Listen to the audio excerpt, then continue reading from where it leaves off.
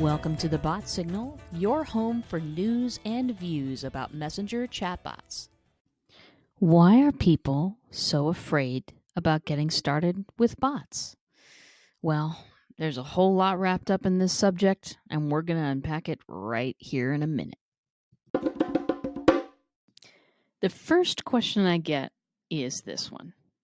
Will I sound robotic in a bot? Am I going to sound salesy and self-promotional and douchey in a bot?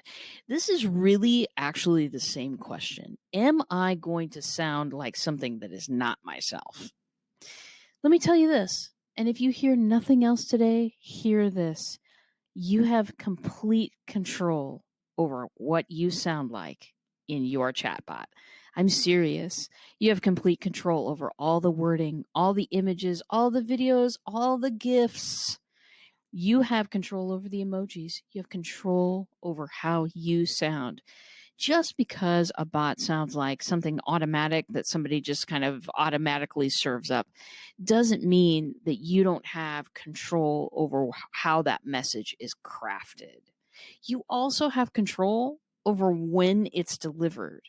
You have control of every single aspect. The bot is not going to go outside of what you tell it to do, when you decide to deliver those messages, who you decide to deliver those messages to, and how you decide to craft those messages. That is all you, all day. It absolutely does not have to sound robotic, salesy, douchey, or any of those other things. Listen, here's a second thing. You can also join the conversation. This is something that I don't know if I put enough emphasis on in our podcast here or in the show that I do.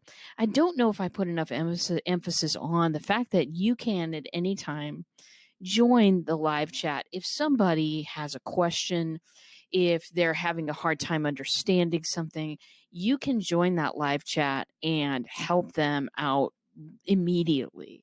That also adds a whole bunch of humanity into your bot, and that is not crafted language, something written by something else that doesn't mean much to you. It's not salesy. It's not all of those other things. That, when you join the live chat, that's pure you. So will I sound robotic and salesy? Hey, only if you really want to. And I kind of hope you don't want to. Here's another fear that keeps people from getting started with bots. Are bots a flash in the pan? Are you wasting your time with this thing that is so super cool for this moment, but may not be anything in about a year? Okay, let's answer those one at a time. Are chatbots a flash in the pan? It is, it's impossible to predict the future, but I do know this.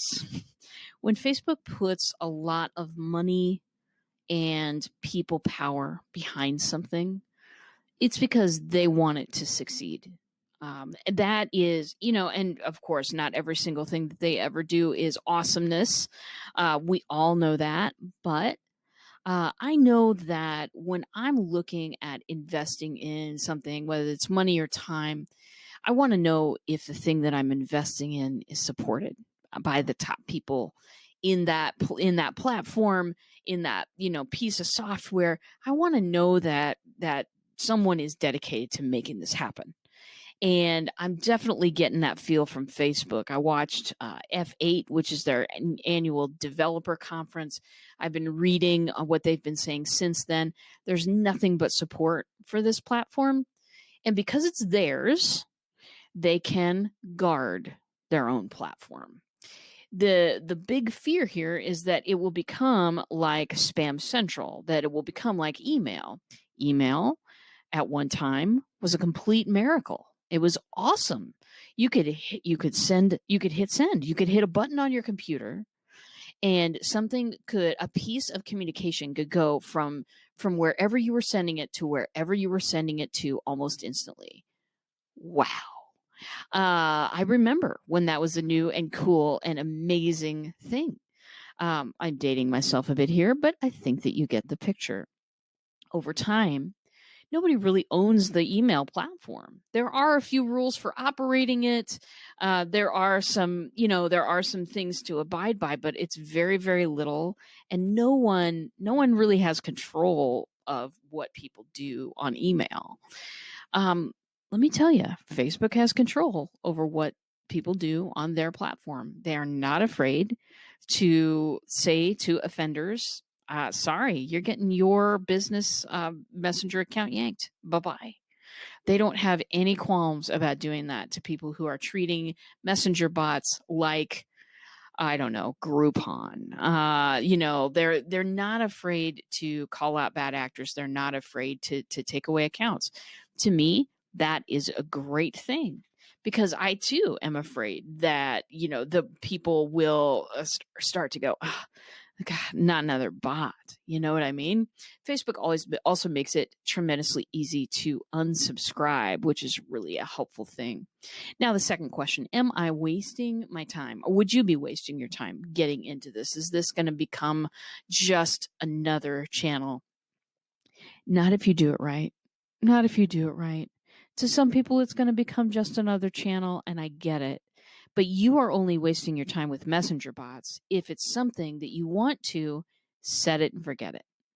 If you want to do that, you're in the wrong mode. This chatbots are not your thing. Do some TV commercials, do some radio, do some things that you can just make it and then release it out into the universe and hope it does well. Chatbots aren't going to be your thing. But if you're willing to nurture these things a little bit, if you're willing to pay attention to them, to grow with them, then Facebook Messenger bots aren't going anywhere.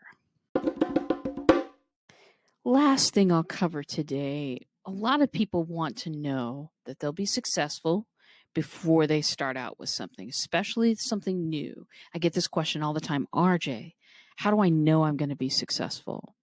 Let me be straight up honest with you. You don't know that you're going to be successful. I don't know that you're going to be successful. There are a lot of factors involved with this thing. But let me tell you, there are some prerequisites to being successful with bots.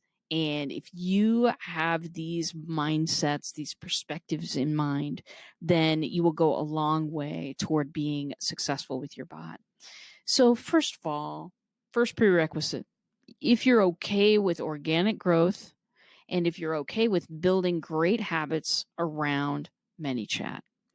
Let me explain. Organic growth gives you a chance to get used to all the mechanics of what's happening in ManyChat. It's vital. Any powerful piece of software has a lot of moving parts. And in order to figure out what those moving parts do, you need to have your nose in the program. Does that make sense to you? Also, building great habits about coming back to the software and back day after day, 20 minutes a day, looking at the live chat, making sure everybody's having a great time at the party, everybody's questions are answered. Being able to develop this habit will take you so far toward having a great time with this chatbot and having some return on your investment. Lastly, if you are focused on opening conversations instead of closing a sale, you've got the right mindset to be successful with bots. FYI, I totally have a little bot shop happening on the 16th of August. If you want more information about that, it is go to startyourbot.com. It's just going to be a session where I take people through the beginnings of signing up for ManyChat, creating their first bot, and then creating some engagement announcements. It's going to be super fun. Go to startyourbot.com if you want more information about that. Thanks for listening today. You can find full episodes of The Bot Signal on your favorite podcast player. And if you have the Anchor app, stop in, ask me a question, leave me a voice message, and I'll include it on my next show. If you're completely new to bots and you don't know what's going on there, visit me at checkoutmybot.com. Start a conversation with me, take my free mini course. It's all available. Thanks a lot, and I'll see you in a bot.